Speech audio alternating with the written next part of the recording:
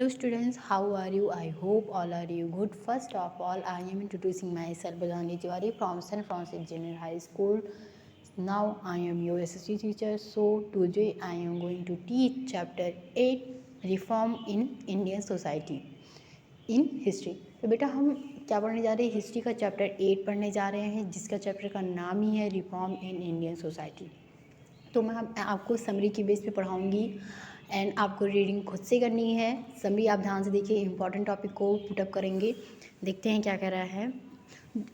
Chapter का नाम ही है रिफॉर्म इन इंडियन सोसाइटी। जो हमारी इंडियन की सोसाइटी है वो कैसे बनी, कैसे इंडिया हमारी की सोसाइटी पहले से बनी, बेटर हुई कैसे। तो सबसे पहले कह रहा है कि जो हमारी इंडियन सोसाइटी है जब 18वीं सेंचुरी थी तो ये डिवाइड हो गई थी along the gender, caste and.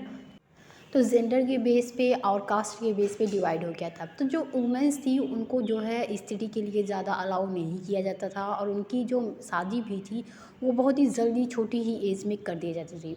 जो विधवाएं थी उनको जो है दोबारा शादी करने की इजाज़त नहीं थी, और ये अधिकार जो है उनको प्रॉपर्टी का जो अधिकार है, औरतों को भी जो उनकी ज़मीन जायदाद में जो आनुवंशिकता का अधिकार था वो भी उन्हें नहीं दिया जाता था। तो उनकी जो सोशल पोजीशन थी कहीं बहुत ज़्यादा लो थी उनके जो तो इसी तरीके से जो उनका डिपेंडेंट था बहुत ही कम था। फैमिली में उनकी जो डिपेंडेंट थी वो बहुत ही कम थी। तो कास्ट जो हुआ, कास्ट रिस्ट्रिक्शन हुआ उसके बाद वेरी स्ट्रिक्ट, ये कास्ट के बेस पे भी बहुत ज़्यादा इस पे स्ट्रिक्ट थी। सभी अपर कास्ट के लोग जो थे वो लोअर कास्ट के लोगों को से दूर रहते थे, उनसे मतलब इसीलिए जो लड़ाई हुई, युद्ध हुए 18वीं century enlightened Indians form the inform association. तो कुछ ऐसे थे जिन्होंने इंडियन सोसाइटी को रिफॉर्म करने में, दोबारा बनाने में बहुत सारी डिफरेंट डिफरेंट पार्ट्स को निभाया। इसलिए जो स्पेशली कंट्री है बंगाल और महाराष्ट्र और साउथ इंडिया में ये सारी चीज़ें हो रही थी। तो इसमें जो है रिफॉर्मेशन का किया गया है। तो बेटा पहला हेडिंग है। पहला हेडिंग क्या कह रहा है? The status of women in 18वीं सेंचुरी। जब 18वीं सेंचुरी थी तो उस टाइम के वुमेंस का स्टेटस क्या था। तो उस टाइम जो वुमेंस की स्टेटस, तो क्वेश्चन ही कह रहा क्या था। तो हमने देखा कि कई सारी ऐसी प्रथाएं थी, भयानक प्रथाएं थी जो औरतों के खिलाफ थी, और हमारे जो शिक्षक थे उनके विचारों के खिलाफ थी। तो ठीक है, तो पहले सबसे हेडिंग क्या कह रही है? The position of women in society. या वुमेंस की जो पोजीशन थी सोसाइटी में वो कैसी थी। जो वुमेंस थे उनको बहुत ही ऑब्जेक्ट्स से ट्रीट किया जाता था, उनको बहुत ही वाइडली उनको माना जाता था कि जो वुमेंस हैं वो कभी मतलब कुछ नहीं कर सकती, वो बस घर के लिए बनी है, घर में ही रहना चाहिए, उन्हें घर से बाहर उनका कोई काम नहीं हो सकता। और जो मेजर डिसीजंस थे वो औरतों से नहीं लिया, मतलब औरतों को मेजर डिसीजन जो मुख्य निर्णय लेते थे उसमें औरतों को शामिल नहीं करते थे। हमेशा जो है उन जो औरतों के लिए जो भी डिसीजन लेना रहता था तो या तो उनके पिता लेते थे या तो उनके पति लेते थे, और जब हो जाता था, जब उनके पुत्र होते तो उनके पुत्र लेते थे। तो मतलब उन्हें कभी भी उनका अधिकार नहीं मिलता था। समझ में आई बात? तो इस तरीके से women did not have right inherit the their father's property, और उनको जो है अपने पिता की ज़मीन जायदाद जो प्रॉपर्टी होती थी उन्हें भी किसी तरीके का हिस्सा नहीं मिलता था। ठीक है बेटा। तो दूसरी हेडिंग क्या कह रही है? Limited access to education. उस टाइम की लिमिटेड एक्सेस एजुकेशन क्या थी? जो वुमेंस थी उनको डिस्करेज, मतलब स्कूल नहीं जाने दिया जाता था, कॉलेज नहीं दिया जाने देता था। मतलब कहते थे कॉलेज मत जाओ, स्कूल मत जाओ, तो मतलब इस तरीके से उन्हें रोका जाता था। और उनकी जो educated womens would be unbeliever to do household work और ओबे देयर हस्बैंड्स। उनको ये कहा जाता था कि भाई घर में रहो, घर का काम करो, लेकिन जो है बाहर आपको पढ़ने नहीं जाना है, आपको अपने पति की सेवा करनी है, और आपको मतलब पति के ऊपर डिपेंड करना है, उनका आदर करना है। तो चाइल्ड मैरिज नेक्स्ट हेडिंग है क्या बेटा? Child marriage. चाइल्ड मैरिज में क्या कह रहे हैं? गर्ल्स की शादी थी वो बहुत ही छोटी एज में कर दी जाती थी। कभी कभी 5 से 6 साल जब होती थी, 5 से 6 साल, तब उनकी शादी कर दी जाती थी। फिर दे बिकम मदर। वो कब भाई 5 से 6 साल में जब उनकी शादी कर दी जाती तो वो 15 से 16 साल में एक मतलब मदर बन जाती थी, माता बन जाती थी। तो इस तरीके से उनका जो फिजिकल और मेंटली वो रेडी नहीं रहती थी शादी के लिए, तब भी उनकी शादी करवा दी जाती थी। अब देखते हैं क्या है प्लाइट्स ऑफ विडोज़ पे क्या अत्याचार हो रहे थे, विधवाओं पे क्या अत्याचार हो रहे थे। तो जब भी कोई बच्ची विधवा हो जाती थी, भाई जब इतनी छोटी सी एज में अगर शादी कर देंगे तो जो बच्ची होगी बाई चांस अगर विधवा हो गई तो तब जो विधवा हो जाती तो उनको भी दोबारा शादी करने की कोई भी अलाउ परमिशन नहीं थी। तो वहाँ के जो हेड होते थे वो उनको फ़ोर्स करते थे क्या पहनने के लिए, वाइट क्लॉथ्स पहनने के लिए कि भाई आपको अब विधवा है आप वाइट क्लॉथ्स पहनिए।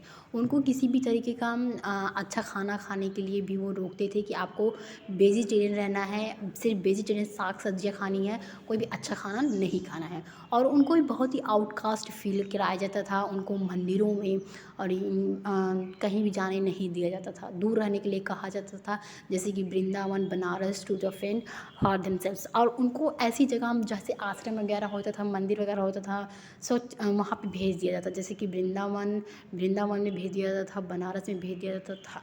ठीक है बेटो, आते हैं बेटा नेक्स्ट पेज पे क्या कहता है। अब देखते हैं सती प्रथा क्या थी। तो जो one of the most barbaric act था एक नॉर्थ इंडिया में, जिसमें सती का नाम होता है जलना। तो जब बर्निंग किया गया तो वुमेन्स जब उनके पति, जब कभी किसी औरत के पति मर जाते थे तो उनको उसके साथ जलना पड़ता था। तो इस तरह की प्रथा को बेटा सती प्रथा कहते हैं। तो जो विधवाएं थी उनको जो है उनके साथ जलना पड़ता था। ये इसी तरीके से उन्हें एक तरफ से कहा जाए उन्हें मौत दी जाती थी, उन्हें मतलब वो ना चाहते हुए भी उन्हें जलना पड़ता। तो अब दूसरा हेडिंग क्या है, फीमेल इन्फेंटिसाइड।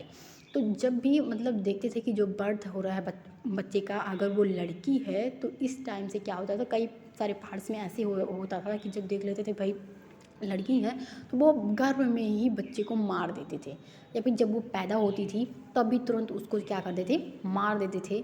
तो उस इस तरीके से अब देखिए नेक्स्ट हेडिंग क्या कह रही है, वुमेंस एंड रिफॉर्म। अब औरतों के ऊपर कैसे रिफॉर्म किया गया, मतलब औरतों की सिचुएशन, उनकी कंडीशन को कैसे चेंज किया गया। तो जो उसको जो औरतों के लिए स्कूल स्टार्टेड किए गए हर देश में, और सभी सारे लोग जो थे अफेयर थे वो जो है, और लड़कियों को स्कूल पहले भेजना शुरू किया। तो उनको मतलब जो लोग रोकते थे अब उनके लिए स्कूल घर से बाहर निकाल कर उनको स्कूल भेजना शुरू किया गया। सबने ये फील किया कि जो स्कूल जाने के लिए ट्रैवलिंग हो रही है, public place might corrupt them so throughout the 19th century. तो इस मतलब अब उनको भेजा जाए तो 19th सेंचुरी में क्या किया गया कि बहुत सारी ये हम लोगों ने कलेक्ट किया, ये देखा हमने कि जो बहुत सारी ऐसी औरतें थी जो पढ़ी लिखी थी और कैसे taught at home by their father और हस्बैंड। ये देखा गया कि 19th सेंचुरी में कई सारी औरतें ऐसी थी जो उनके पिता या उनके पति उनके घर पे ही पढ़ाते थे।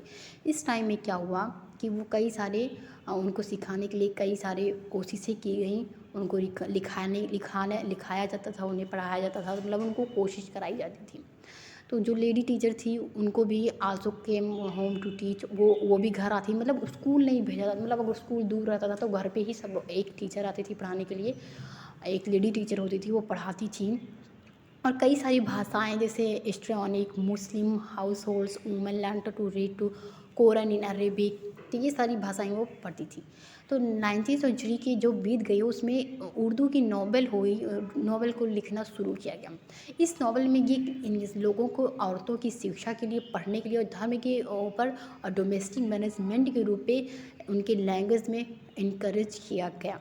तो इस तरीके से किया गया। तो सबसे बाद में जो औरतें थी उनको ये पढ़ने के लिए उनको इनकरेज किया गया कि भाई अब पढ़ो, अब पढ़ने मतलब बिना पढ़ने कुछ नहीं किया गया। तो बहुत सारे स्कूल स्टार्ट किए गए औरतों के लिए। जो बेगम थी, Begum of the Bhopal founded at the primary school for girls in Aligarh. तो बेगम भोपाल की बेगम थी, उन्होंने अलीगढ़ में लड़कियों के लिए एक स्कूल स्टार्ट किया जिसका नाम बेगम रुकैया सखावत हुसैन रखा था। ठीक है, नहीं ये स्कूल खोला गया तो बेगम रुकैया सखावत हुसैन ने एक स्टार्ट किया मुस्लिम गर्ल्स लड़कियों के लिए पढ़ने के लिए। तो जो वो कहाँ पे था, पटना और कोलकाता में था। तो इस तरीके से कई सारे लोग ऐसे थे जिनके अंदर ये सारी आइडियाज़ आए कि भाई अब औरतों के लिए कुछ करना चाहिए, औरतों की कंडीशन को चेंज करना चाहिए। तो कहने स्त्री पुरुष तुलना ये जो स्त्री पुरुष तुलना, एक comparison between the man and women, इसको पब्लिश, एक बुक थी जिसको पब्लिश की गई ताराबाई शिंदे ने, जिसमें उन्होंने कई सारे सोशल डिफरेंसेस लिखे थे, किसके में, मेल्स में, मेंस में और वुमेंस में। ठीक है। अब कई सारे स्कॉलर्स ऐसे थे जैसे संस्कृत पंडिता रमाबाई थी, उन्होंने एक बुक लिखी थी जिसमें कई बार उन्होंने हिंदू औरतों के दयनीय दशा के बारे में लिखा था। ठीक है। उन्होंने विधवाओं पे होने, पुणे में एक विधवाओं पे होने वाले अत्याचार के बारे में लिखा था, और कैसे उनके इन लॉज जो थे उनको कैसे ट्रेंड करते थे, कैसे उनको इकोनॉमी सपोर्ट करते थे। तो ये सब सारी चीज़ें उनको लिखा था। तो इसी तरीके से कई बार जो 19वीं सेंचुरी का एंड था वो कई बार वुमेंस की एक्टिवली वर्किंग के रिफॉर्म के लिए किया गया। 19वीं सेंचुरी मतलब बहुत ज़्यादा किया गया औरतों के लिए, इस तरीके से एडिटेड किया गया। दे रोड बुक्स, उन्होंने कई सारी बुक्स लिखे, एडिटेड मैगजीन की, founded books, training centre, set up the women's association, तो कई सारी चीज़ें ऐसी खोली गई। Women's also form the political group to push through laws of the female suffrage. तो इस तरीके से सब किया गया काम। आते हैं बेटा नेक्स्ट पेज पे, रिफॉर्म फ्रॉम बंगाल। अब बंगाल में कैसे रिफॉर्म हुआ, तो पहली हेडिंग क्या करी, राजा राम मोहन राय। अब राजा राम मोहन राय का बेटा बहुत बड़ा कंट्रीब्यूशन था। अब देखते हैं इनका कंट्रीब्यूशन कहाँ था और कैसे था। तो राजा राम मोहन राय थे, वो बहुत ही अच्छे रिफॉर्मर रहे इंडिया के। उन्होंने एक बहुत ही वाइटल रोल इम्पॉर्टेंट किया है, किसमें, सती सिस्टम को हटाने में। इन 1829 में उन्होंने बहुत ज़्यादा किसकी हेल्प से, गवर्नर जनरल विलियम बेंटिक्स की हेल्प से सती सिस्टम को हटाने का एक उनका बहुत ही इम्पॉर्टेंट रोल रहा है। जब भाई उनकी एक सिस्टर इन लॉ थी, वो इनके लिए एक विक्टिम थी कि उन्होंने कैसे इस प्रथा को हटाया और कैसे इस सिस्टम को चेंज किया। उनकी लिंग्विस्ट एंड स्टार्टेड 2 न्यूज़पेपर, उन्होंने 2 न्यूज़पेपर स्टार्ट किया। न्यूज़पेपर ऑन, 1 इन बंगाली, एक न्यूज़पेपर था बंगाली में और एक न्यूज़पेपर था पर्शियन में, पारसी में। तो इस तरीके के इनके मतलब न्यूज़पेपर था, उसमें ये चीज़ पब्लिश की गई कि बंगाली जो ट्रांसलेटर थे of the Vedas and the Upanishad, so that people might get to known about the original taste of the religions. तो उन्होंने बंगाली में किसका ट्रांसलेट किया, उपनिषद का और वेदास का ट्रांसलेट किया, जिसमें लोगों को अपने अपने ओरिजिनल धर्म के टेस्ट का ज्ञान हुआ। तो राजा राम मोहन राय एक कमांडर थे, आइडियल वर्शिप थे, कह रहे meaningless rights, rituals and sacrifice and advocate a supreme religion based on the concept of one supreme God. तो मतलब वो मतलब एक सुप्रीम गॉड को ही मानते थे। ही वाज द अगेंस्ट, वो हमेशा ही कास्ट की इनइक्वलिटी के अगेंस्ट रहते थे। ही फाउंडेड, उन्होंने ब्रह्मो सभा और बाद में ब्रह्मो समाज को फाउंडेड किया, कहाँ पर, कलकत्ता में। और कई सारे उन्होंने एजुकेटेड वुमेंस को देखकर मतलब कैसे पढ़ाया जाए, उनके अधिकारों के लिए कैसे प्रॉपर्टी के लिए लड़ा जाए, तो ये सब उनके ही सिस्टम थे, उन्होंने ही सबको इनकरेज किया था। उन्होंने इंग्लिश एजुकेशन को भी सपोर्ट किया, वेस्टर्न नॉलेज को भी, और साइंस में भी वो उनका बिलीव था।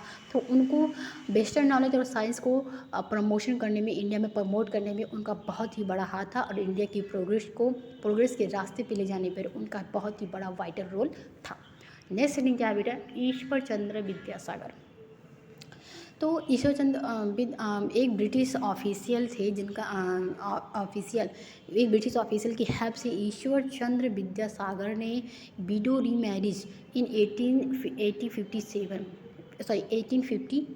में स्टार्ट किया, कि कैसे विडोज़ की रीमैरिज का ये जो सिस्टम है, मतलब जो मैरिज नहीं कर सकती थी, इसको कैसे चेंज किया जा सकता किया करें, और कैसे मतलब ये समझ सकें कि जो विडोज़ की मैरिज है वो उसको कर रहे वो बच्चे, मतलब जैसे जो भी विधवाएं हो रही हैं, अगर वो करना चाहती हैं तो अपना वो मैरिज कर सकती हैं। तो इस तरीके के सिस्टम को उन्होंने चेंज किया था।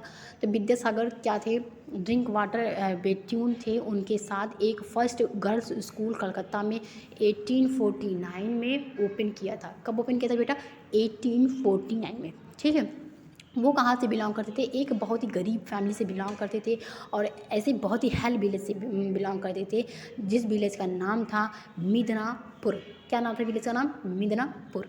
तो इस तरीके से मिदनापुर कहाँ पे था, बंगाल में था। उन्होंने कई बार शिक्षा पे सोचा, तो उन्होंने कहा अपने फादर से, has too poor to burn to the oil whole night for him. उन्होंने कहा कि ज़्यादा गरीब होना वो है कि या फिर दिन भर रात भर एक तेल की तरह जलना, वो गलत है। तो मतलब इस तरीके से उन्होंने अपने फादर से एक क्वेश्चन पूछा। तो he would study under street light and would tie a lock of his hair to the pole. वो जब पढ़ते थे बेटा तो एक जो है स्ट्रीट लाइट मतलब सड़क के किनारे, स्ट्रीट लाइट का मतलब जो रोड पे लाइट लगी रहती है उसके किनारे पढ़ते थे, और अपने बाल को एक पोल से क्या कहते हैं, एक खंभे से बांध लेते थे ताकि उनको रात में नींद ना आए। वो इस तरीके से पढ़ते थे। तो इस तरीके से जब भी उन्हें सोने का फील होता था तो नॉट ऑन इज हेड, तो अपने सर को झुकाते नहीं थे, अपने सर को ऐसे उठा के रखते थे ताकि उनको नींद ना आए। तो इस तरीके से और उनके बाल जो एकदम खींचे हुए रहते थे तो उनको उठने में सहायता होती कि भैया अब सोना नहीं है, अभी तो पढ़ना है। तो इस तरीके से उनका पढ़ने का तरीका था, स्ट्रैटेजी थी। उनके जो डेडिकेशन थे, हार्ड वर्क के, वो बहुत ही इंपॉर्टेंट थे। वो हमेशा से Beckham principle of the Sanskrit college in Calcutta. वो एक जल्दी ही एक प्रिंसिपल बने संस्कृत कॉलेज कलकत्ता में। वो हमेशा कास्ट सिस्टम के अगेंस्ट रहते थे। वो हमेशा उन्होंने एवोल्यूशन में वर्क किया, एवोल्यूशन के लिए वर्क किया। उन्होंने एक डोर खोला लोअर कास्ट की स्टडी के लिए जो संस्कृत लैंग्वेज के लिटरेचर में थी, और जल्द ही उन्होंने ब्राह्मण्स को भी अलाउ कर दिया। ही आल्सो इनकरेज, उन्होंने नॉन ब्राह्मणिज स्टूडेंट को भी संस्कृत कॉलेज ज्वाइन करने के लिए भी इनकरेज किया। अब देखिए रिफॉर्मर फ्रॉम महाराष्ट्र। अब इनकी रिफॉर्मर ऑफ महाराष्ट्र कैसे थे? महाराष्ट्र के जो रिफॉर्मर थे वो महादेव गोविंद रनाडे, RG बंद्राकार और प्रार्थना समाज इन 1867 में। यहाँ के सिमिलर ब्राह्मो समाज था जो रनाडे, उन्होंने नेशनल सोशल कॉन्फ्रेंस को किया जिसमें सोशल रिफॉर्म के बारे में बातचीत की कि कैसे सोशल रिफॉर्म्स में इस पर फोकस किया गया। तो पारसी के जर्नलिस्ट थे ब्रह्माजी मलाबारी, उन्होंने ये सब किया। आते बेटा नेक्स्ट पेज पे देखा क्या कर रहे हैं हम।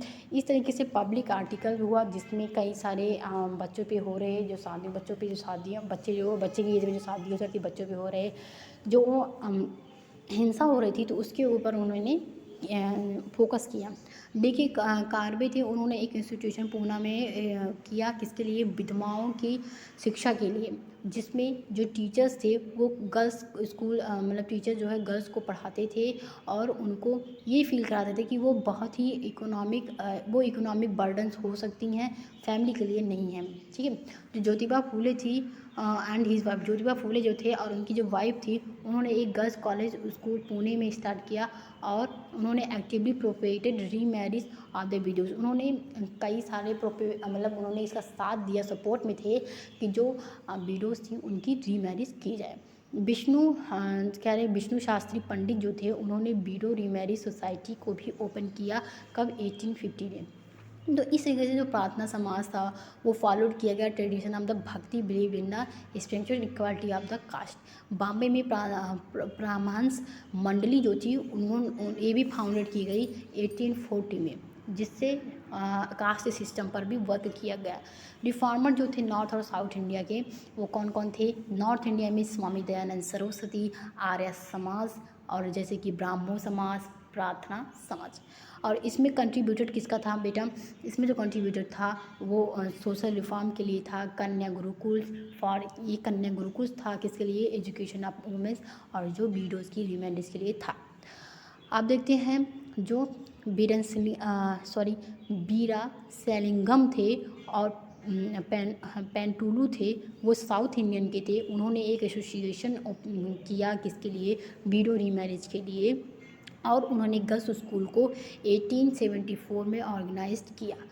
ठीक। और 1878 में वेंकटेरम नायडू जो थे उन्होंने देवादासी सिस्टम को फॉर्ट के लिए लड़ा।